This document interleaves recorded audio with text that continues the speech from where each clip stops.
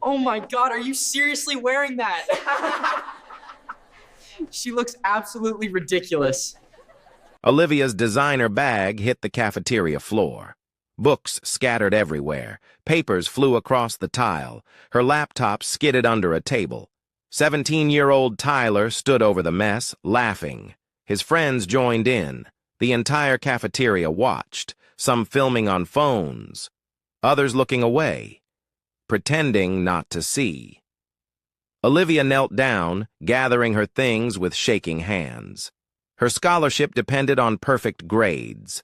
That laptop held everything: her assignments, her college applications, her entire future. "Oops," Tyler said, his voice dripping with fake concern. "Guess you should watch where you're going." Before we dive in, drop a comment and let us know where you're watching from. We'd love to hear from you. If you enjoy stories like this, be sure to like the video, subscribe, turn on the notification bell, and share it with someone who'd love it too. Olivia didn't respond. She'd learned that responding only made it worse. Tyler Kingston had tormented her since she'd arrived at Westbridge Academy 6 months ago.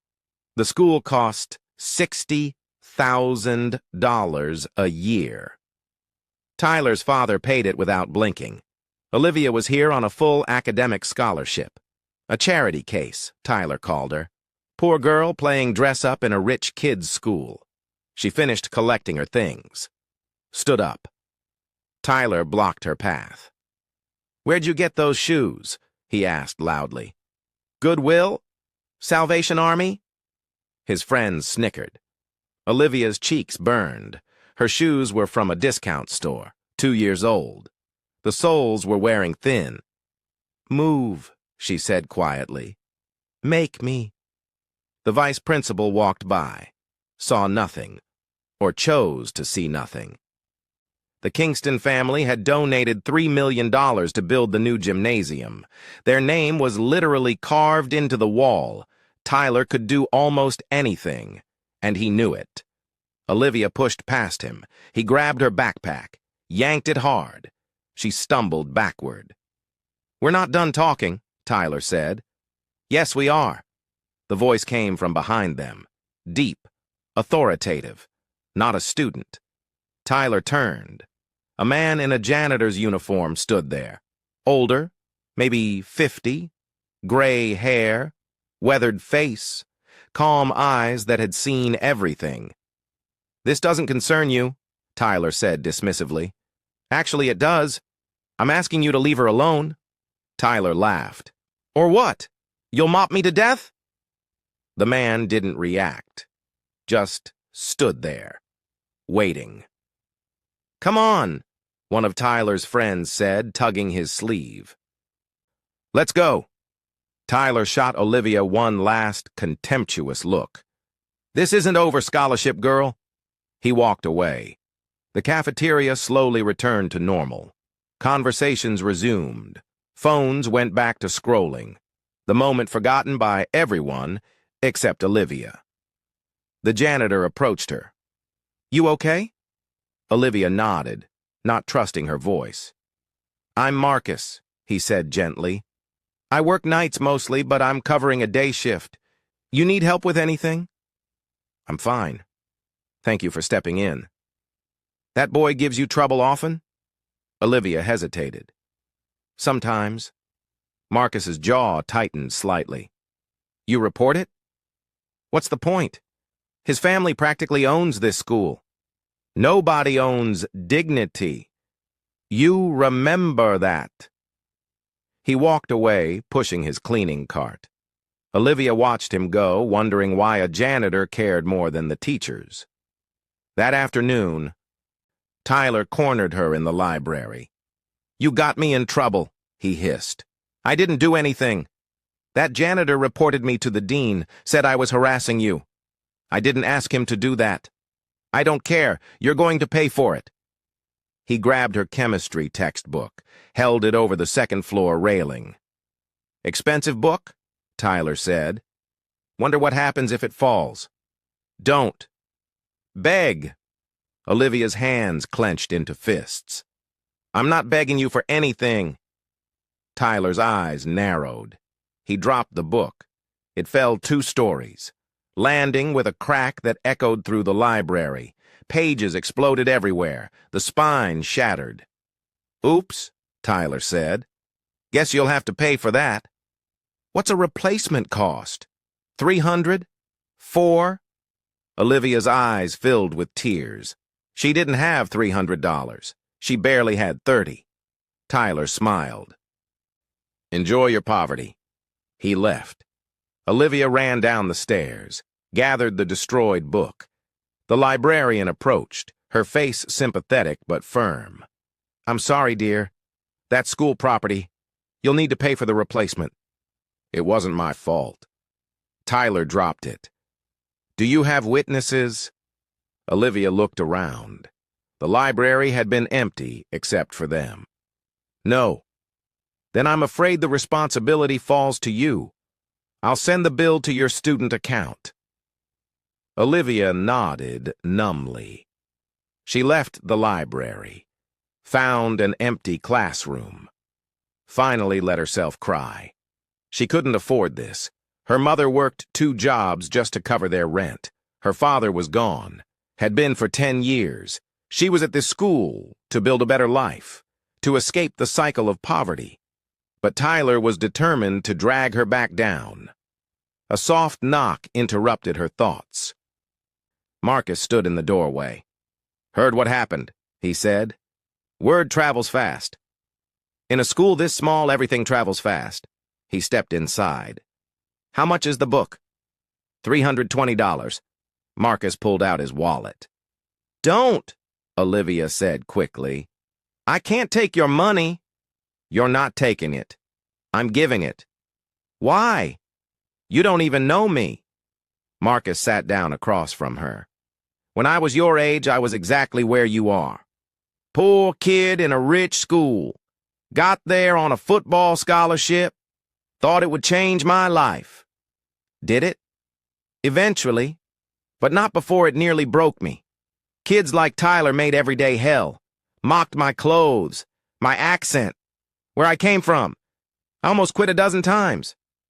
What stopped you? Someone helped me. A teacher who saw what was happening. She paid for things I needed. Stood up for me when no one else would. Made me believe I belonged there. He held out $400 bills. Pay what you owe. Keep the rest for emergencies. And don't argue. This isn't charity. It's paying forward what someone did for me. Olivia took the money with trembling hands. Thank you. Just promise me something. When you make it out of here, when you're successful, you help someone else the same way. Deal? Deal. Marcus stood to leave. One more thing, he said. Tyler Kingston thinks money makes him untouchable. He's wrong. Everyone answers to someone eventually. The words felt like a warning, or maybe a promise. 2 weeks later, Tyler escalated. He created a fake social media account, posted photos of Olivia, added cruel captions. Scholarship trash. Doesn't belong here. Probably stole those clothes. The account went viral within the school. Everyone saw it. Everyone shared it. Olivia became a joke. She stopped eating in the cafeteria, stopped going to social events, became invisible. Her grades started slipping, the pressure crushing her from all sides. One night, she stayed late in the computer lab, working on a paper that was already overdue. Tyler appeared with 3 friends. Still here? He asked. Don't you have a dumpster to sleep in? Leave me alone, Tyler. Or what? You'll tell the janitor? Your only friend in this whole school? He moved closer. Olivia stood up, backing away. You don't belong here, Tyler said. Why don't you just quit? Go back to whatever trailer park you crawled out of. My father would be ashamed of you. The words came out before Olivia could stop them. Tyler froze. What did you say? Nothing. No. You said something about my father. Like you know him. Olivia grabbed her bag, tried to leave. Tyler blocked her. How do you know my father? I don't. You're lying. The door opened. Marcus walked in. Time to go home, kids. School's closing. Tyler ignored him. Stay out of this, janitor. Can't do that. You're harassing a student. Again. You're just the help. You don't get to tell me what to do. Marcus's expression didn't change, but something shifted in his eyes. The help, he repeated slowly. Is that what you think I am? That's what you are. Marcus pulled something from his pocket, a business card. He handed it to Tyler. Tyler read it. His face went white. No, that's not possible. What? One of his friends asked. What does it say? Tyler's hands shook. Marcus Chen, CEO, Chen Industries. The room went silent. Chen Industries was one of the largest tech companies in the world, worth billions. The Kingstons did business with them. Tyler's father had meetings with their CEO regularly, but they'd never met in person. All virtual conferences. You're lying, Tyler said, but his voice wavered. This is fake. Marcus pulled out his phone, made a call, put it on speaker. Chen Industries Executive Office, a professional voice answered. Hi, Sarah. It's Marcus. Can you conference in Richard Kingston? Of course, Mr. Chen. One moment. 30 seconds later, Tyler's father's voice came through. Marcus, good to hear from you. What can I do for you? Richard, I'm here with your son. Tyler. Pause. Tyler's there? At your office? Not quite. I'm at Westbridge Academy. I've been working here undercover for the past 6 months, seeing how the school operates, evaluating whether it's worth our continued partnership. Longer pause. I don't understand. Your company wants to donate $20 million to create a scholarship fund. I came here personally to assess the school's culture, whether it truly supports students from all backgrounds. Tyler looked like he might throw up. And, Richard's voice was tight, and your son has been systematically bullying one of our scholarship students, destroying her property, humiliating her publicly, creating a hostile environment that violates every value your company claims to uphold. Silence on the other end. Then, put Tyler on the phone. Marcus handed the phone to Tyler. Dad, I can explain. Whatever his father said made Tyler's face crumble. The conversation lasted 2 minutes. Tyler hung up, handed the phone back with shaking hands. I'm sorry, he whispered. Not to me, Marcus said. To her. Tyler turned to Olivia. His eyes were red. I'm sorry for everything. I was cruel and wrong and inexcusable. Olivia didn't respond. Couldn't respond. Her mind was reeling. My father's pulling me from this school, Tyler continued. Sending me to military academy. Says I need to learn respect and discipline. He paused. He also says your college tuition is paid for, anywhere you want to go. Full ride. It's the least he can do. He walked out. His friends followed. Olivia stared at Marcus. You're really a CEO? I am. Why the undercover thing? Why work as a janitor? Because you see the truth of a place from the bottom, not the top. Executives and principals put on a show when they know who I am. But the real culture, that's in how people treat those they think don't matter. The scholarship fund. Is that real? Very real. $20 million over 10 years, but only if the school proves it can create a genuinely inclusive environment. Tyler's behavior suggested they can't. My report will reflect that. So they'll lose the funding? Unless they make serious changes. Fire administrators who look the other way. Implement real anti-bullying policies. Train staff to recognize and stop harassment. Hold wealthy students to the same standards as everyone else. Olivia sat down. Processing. Why help me specifically? There must be hundreds of kids like me. Marcus sat across from her. Do you know why I was really here? The real reason? The scholarship fund evaluation. That's part of it. But 6 months ago, I got a letter from a woman named Sarah Chen, my sister.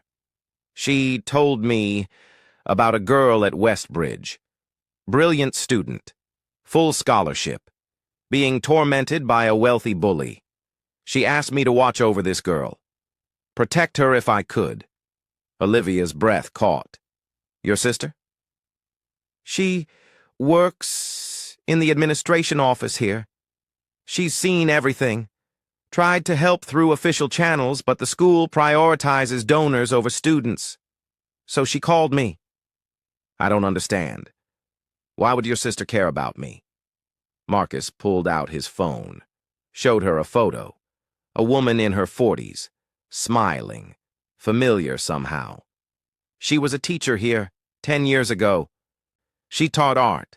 She had a student who showed real promise, encouraged her to apply for scholarships, helped her with applications. That student was your mother. Olivia's eyes widened. My mother went here? On a full scholarship, just like you. She faced the same treatment you did, but she survived it. Graduated top of her class, went to Stanford, became an engineer. My mother works retail. She did, until last month. I offered her a position at Chen Industries, Director of Community Outreach. She starts Monday. Olivia couldn't speak, couldn't process. Your mother never told you about Westbridge because the memories were painful. But when you got accepted here, she called Sarah, asked her to watch over you. Sarah called me, and I came. Tears streamed down Olivia's face. All this time you were watching out for me? Not just me. Your mother, Sarah, we all were. You were never alone, Olivia. You just couldn't see the people in your corner. Marcus stood up. Your mother's outside. She's been waiting to talk to you. Olivia ran, found her mother in the parking lot. They embraced, both crying. Why didn't you tell me? Olivia asked. Because I wanted you to be strong on your own, to not need rescuing. But I was wrong. Everyone needs support. Everyone needs people who believe in them. What about Tyler? Will he be okay? Her mother smiled. That's very generous of you, considering. He's a hurt kid lashing out, not an evil person. Marcus is working with his father. Tyler will get the help he needs. Therapy. Real consequences. A chance to become better. 3 months later, Olivia stood at assembly. The entire school gathered. Marcus was there. No longer in a janitor's uniform, in a suit that cost more than most people's cars, he announced the scholarship fund. With conditions. The school had to change, and they did. New policies, new training, new accountability. Tyler sent a letter from Military Academy, apologizing again, sharing what he was learning, asking if they could talk sometime. Olivia wrote back. Yes, she believed in second chances, because someone had believed in her. Graduation came. Olivia walked across the stage as valedictorian. Full ride to MIT waiting, a future so bright it was blinding. Her mother and Marcus sat in the front row, both beaming with pride. In her speech, Olivia talked about invisible people, janitors, scholarship students, the ones society overlooks. They see everything, she said. They just wait for someone to finally see them back. I'm here today because people saw me. People I didn't even know were watching. People who cared when they didn't have to. That's the real measure of character. Not how you treat people who can help you, but how you treat people who can't. The audience stood, applauded. Even the wealthy parents who'd once looked through students like Olivia. They saw her now. Impossible to miss. That evening, Marcus handed her an envelope. What's this? Internship offer. Chen Industries. This summer. If you want it. Of course I want it. Good. Because we need people like you. People who remember where they came from. Who will build a better world because they know what the broken one looks like. Olivia hugged him. Thank you for everything. Thank you for reminding me why I do this. For showing me that kindness isn't weakness. That standing up for what's right matters, even when it's hard. Years later, Olivia Chen stood in her corner office. She'd taken Marcus's last name when he'd adopted her after her mother's passing. She ran the scholarship fund now, helped hundreds of kids like her former self. Tyler worked 2 floors down, in community outreach. They'd become unlikely friends, both of them shaped by pain, both choosing to create something better from it. On her desk sat a photo, her, Marcus, and her mother, taken at graduation, all of them smiling, all of them proof that family isn't just blood. It's who shows up, who sees you, who fights for you when you can't fight for yourself. If this story touched you, leave a comment about a time someone saw you when you felt invisible. Hit that like button if you believe in second chances and the power of kindness. Subscribe for more stories that remind us we're all connected, that we all matter, and that sometimes the people we least expect become the ones who change everything. Turn on notifications so you never miss a story that might change how you see the world. Share this with someone who needs to know they're not alone. That help sometimes comes from unexpected places. And that their story isn't over yet.